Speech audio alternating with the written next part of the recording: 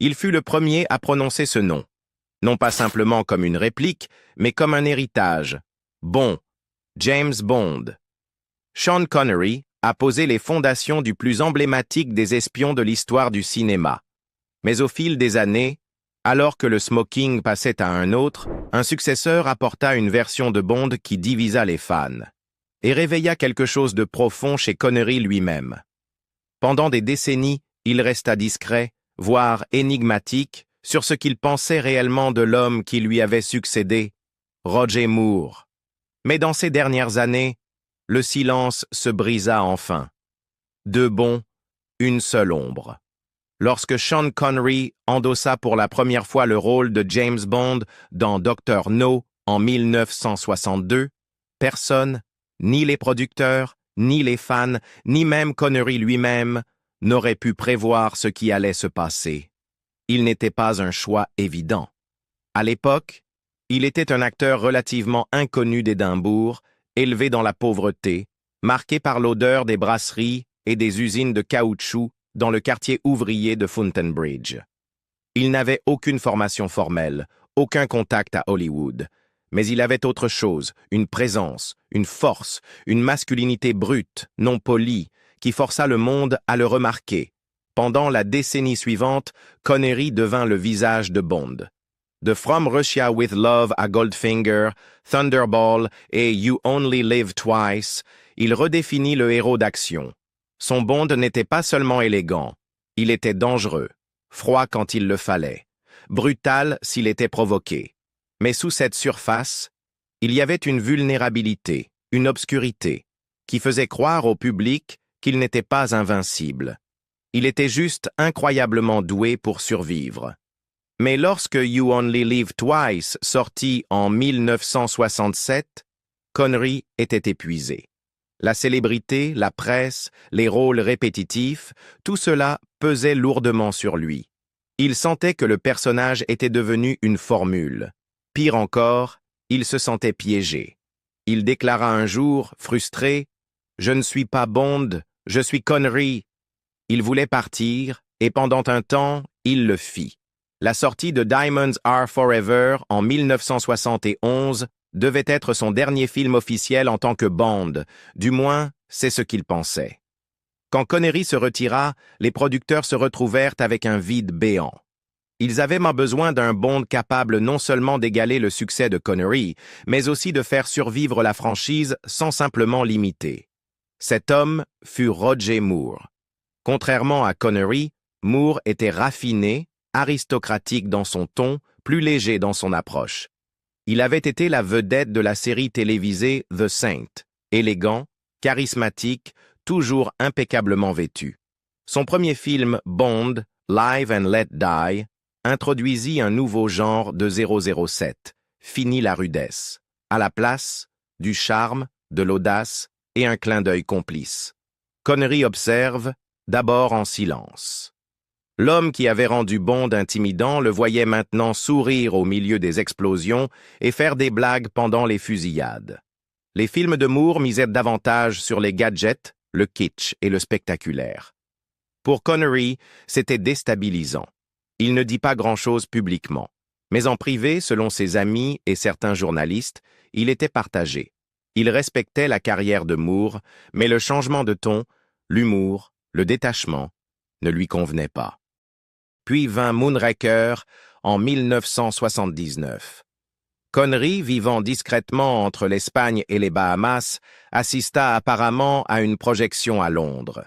Des années plus tard, interrogé sur cette expérience, ses mots furent tranchants, sans être cruels. Il s'est tellement éloigné de toute crédibilité dans la réalité. Pour moi, cela ne repose plus autant sur le personnage. Ça dépend trop des effets. Ce n'était pas un rejet, c'était une déception. Connery n'en voulait pas à Moore, mais il ne pouvait pas prétendre que c'était encore le bon pour lequel il s'était battu. Des chemins différents, le même fardeau. À la fin des années 1970, Sean Connery et Roger Moore étaient deux des hommes les plus célèbres de la planète. Mais en dehors des écrans, leur vie avait pris des tournants très différents. Connery avait depuis longtemps exprimé la pression que représentait le rôle de Bond.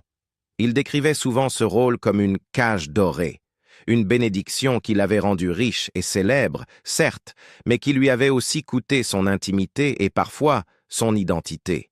Il ne pouvait pas marcher dans les rues de Londres sans entendre quelqu'un crier « James Bond !» et cela le dérangeait profondément. Pour Connery, Bond était un personnage qu'il avait interprété, pas une définition de qui il était réellement. À l'inverse, Roger Moore savourait la lumière des projecteurs. Là où Connery fuyait les interviews et les tapis rouges, Moore y évoluait avec aisance. Son charme détendu n'était pas une façade, c'était sa véritable nature. Et le public l'adorait pour cela. De Live and Let Die à A View to a Kill, Moore joua dans 7 films de Bond, devenant ainsi l'acteur ayant incarné le rôle le plus longtemps. Il embrassa pleinement l'humour, les gadgets, le spectaculaire. Son Bond misait moins sur le réalisme que sur le fantasme. Et pour une nouvelle génération de fans, cela suffisait.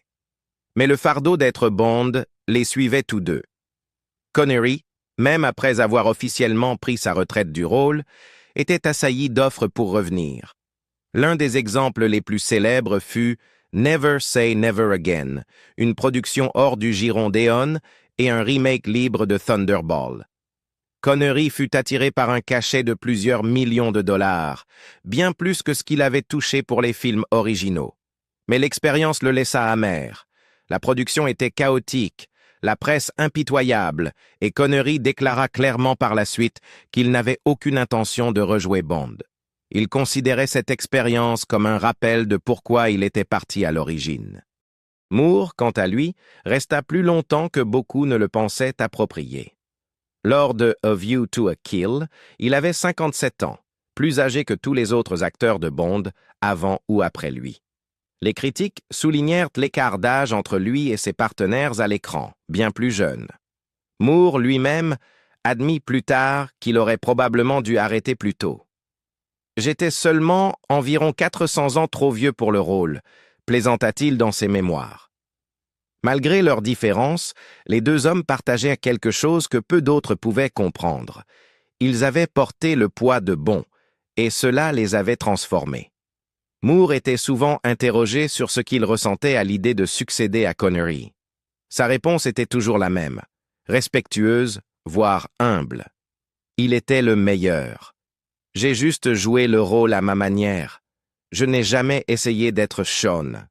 Et même si Connery avait des réserves sur la direction qu'avait prise le personnage, il n'a jamais nié la difficulté de prendre cette relève.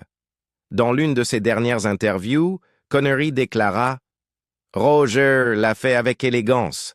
Il a apporté autre chose. Ce n'était pas facile. » C'était peut-être la déclaration la plus proche qu'il ait jamais faite de ce que beaucoup soupçonnaient depuis longtemps. Que par-delà les critiques et les désaccords artistiques, il y avait de l'admiration, et peut-être même de la compréhension, un lien au-delà de l'écran. Bien que les médias aient souvent présenté Sean Connery et Roger Moore comme des rivaux, deux icônes d'un même personnage, séparés par le ton et la personnalité. La vérité était plus complexe et bien plus humaine. En public, ils apparaissaient rarement ensemble. Il n'y avait pas de retrouvailles mises en scène, ni de séances photos dans des magazines montrant les deux Bonds côte à côte. Mais en coulisses, loin des projecteurs, il n'y avait aucune animosité. Leur relation était discrète, professionnelle, voire amicale, à sa manière modeste. Les deux hommes venaient de milieux modestes. Connery des rues industrielles d'Édimbourg, Moore de Stockwell, dans le sud de Londres, où il était né en 1927 d'un père policier et d'une mère au foyer. Comme Connery, Moore ne venait ni de l'argent ni du privilège. Il avait commencé comme apprenti animateur avant d'intégrer la Royal Academy of Dramatic Art. Les parallèles étaient subtils, mais bien présents.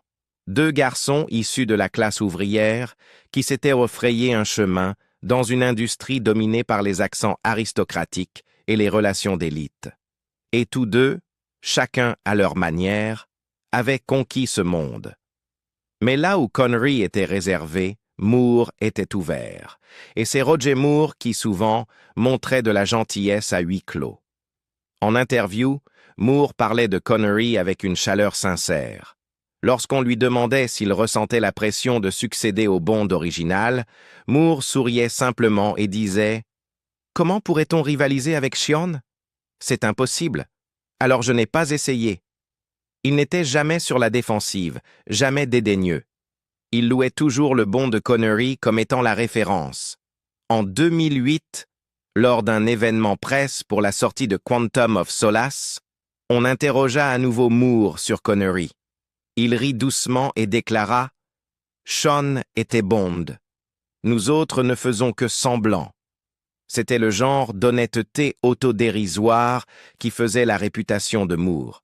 Et Connery, bien que plus lent à faire des compliments en public, commença à s'adoucir dans ces dernières années. Selon ses proches, Connery en vint à voir l'air Bond de Moore avec une nouvelle perspective. Dans l'un de ses derniers entretiens avant que sa santé ne décline, il reconnut que la version de Moore avait apporté Bond à des gens qui, autrement, ne se seraient jamais connectés au personnage. Il ne s'excusa pas de préférer une version plus brute, mais il accepta que le succès de Moore ait contribué à faire perdurer la franchise. En fait, lorsque Moore décéda en mai 2017 après un court combat contre le cancer, Connery publia une rare déclaration publique. Elle était brève, mais sincère. « J'ai été très attristé d'apprendre la disparition de Roger. Nous avions une relation exceptionnellement longue, selon les standards hollywoodiens, empreinte de respect et d'affection mutuelle. Pour les fans qui spéculaient depuis longtemps sur des tensions entre les deux, ce fut un moment de clarté. Quelles que fussent leurs différences dans l'interprétation de Bond, elles n'étaient jamais personnelles. Il ne s'agissait pas d'ego, il s'agissait d'héritage et de la compréhension qu'ils avaient chacun porté la même torche, à leur manière, à travers différentes décennies. Et au final, ce lien, sans jeu de mots, fut ce qui demeura. L'homme derrière le masque.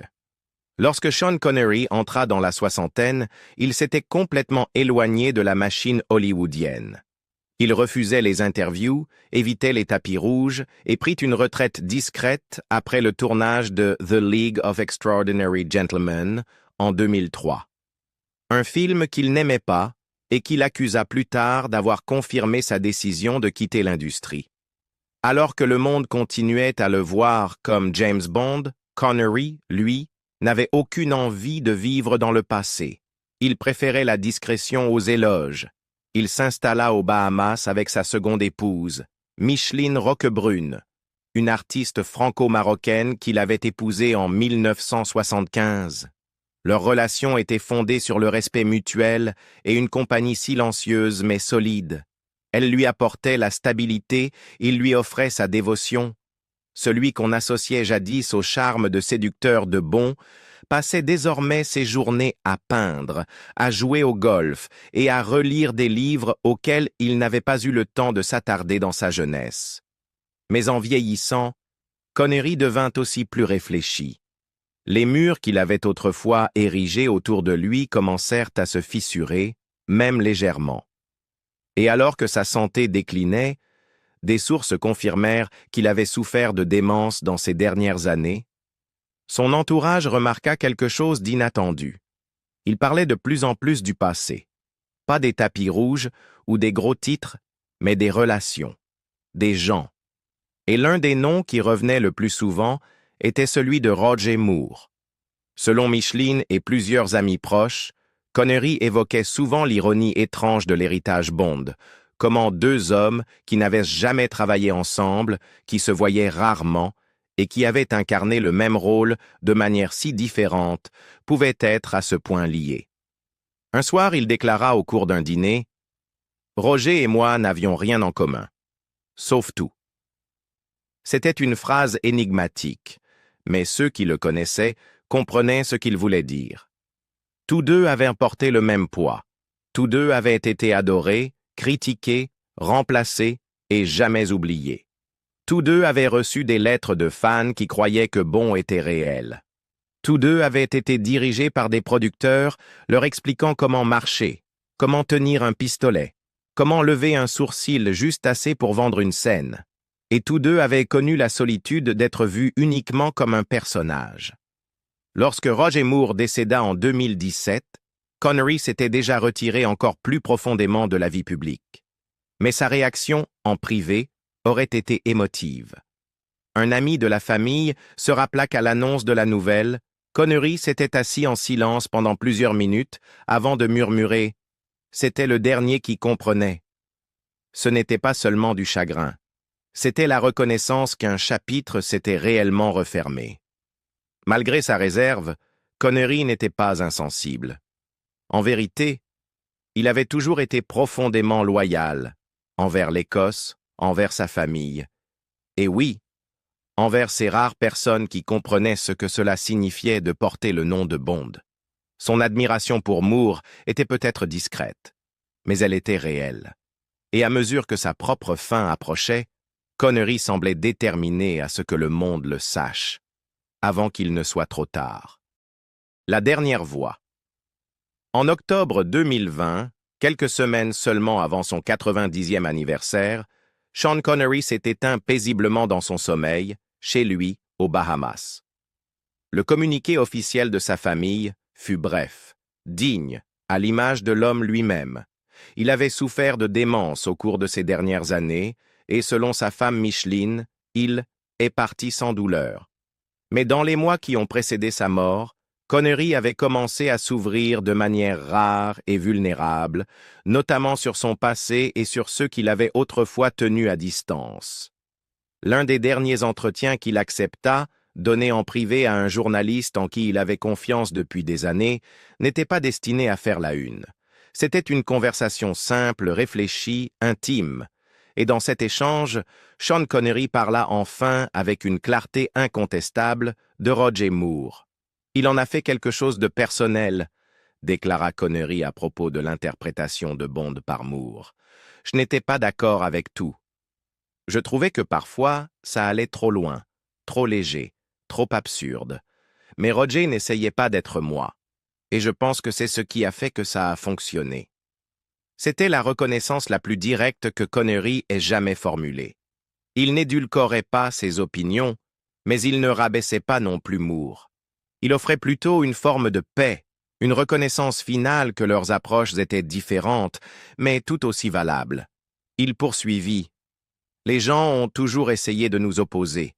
Ils voulaient une rivalité, mais nous n'avons jamais été ennemis. Si l'on veut, nous étions deux soldats ayant combattu la même guerre, juste à des époques différentes, et nous y avons survécu, ce n'est pas rien.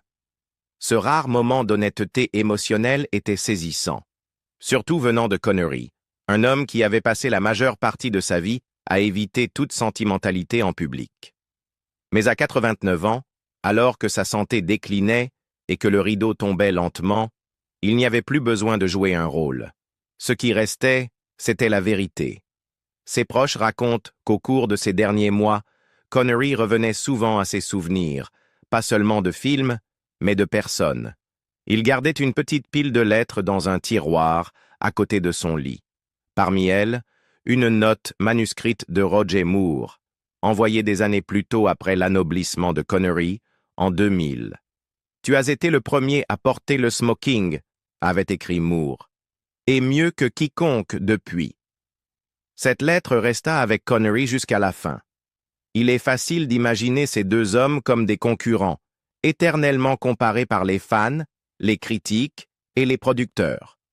Mais en réalité, ce qui les liait allait bien au-delà d'une franchise. C'était une compréhension silencieuse entre deux acteurs qui avaient donné une part d'eux-mêmes à un rôle qui ne les avait jamais vraiment quittés.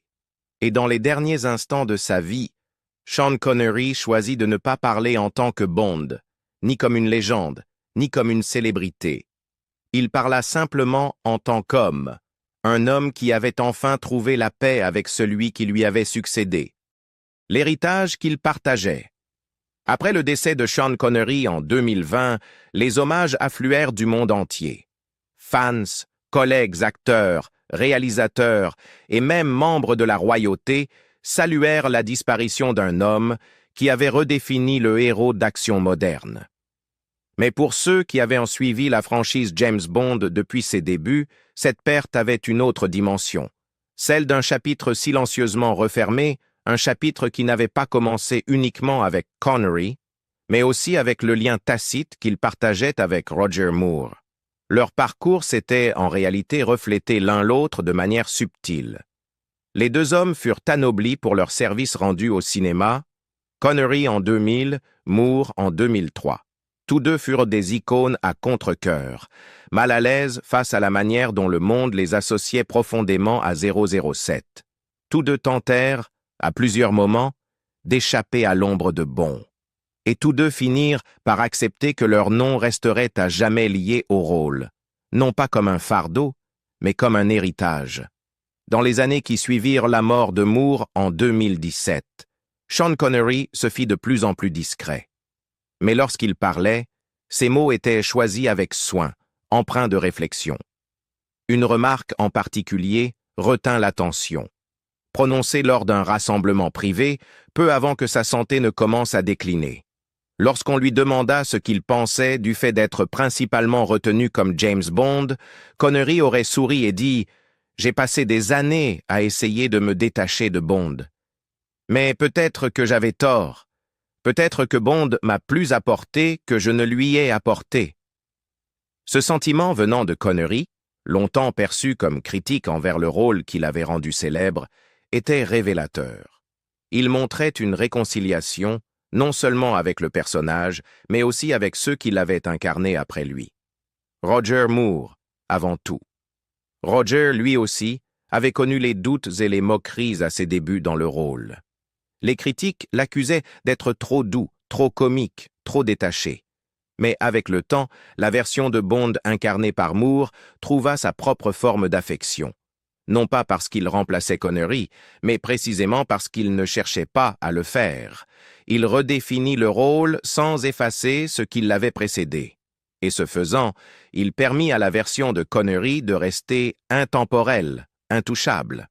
Aujourd'hui, lorsque les fans débattent de qui était le meilleur Bond, la conversation revient souvent à ces deux hommes. Mais pour ceux qui les connaissaient, la vraie question n'était pas qui l'a mieux joué, mais ce que chacun a apporté au rôle que personne d'autre ne pouvait offrir. Connery apporta le danger. Il rendit Bond réel, imparfait, violent, imprévisible. Moore apporta la légèreté. Il fit de Bond un fantasme, élégant, espiègle, inspirant. Ensemble, ils formèrent deux moitiés d'un même mythe. Et c'est peut-être pour cela que, finalement, Connery prit la parole, non pas pour revendiquer une supériorité, non pas pour régler des comptes, mais pour clarifier une chose, que malgré leurs différences, il respectait profondément l'homme qui avait repris le flambeau, l'avait porté à sa manière, puis transmis. Voilà l'héritage qu'ils partageaient, pas seulement Bond, mais la dignité, la résilience, et un respect discret, durable, qui leur a survécu à tous les deux. Et vous, selon vous, lequel de ces deux acteurs a apporté le plus de cœur au personnage de James Bond, Connery ou Moore? Dites-le nous en commentaire. Et si cette histoire vous a plu, n'oubliez pas de liker, de partager et de vous abonner pour d'autres récits inoubliables du cinéma.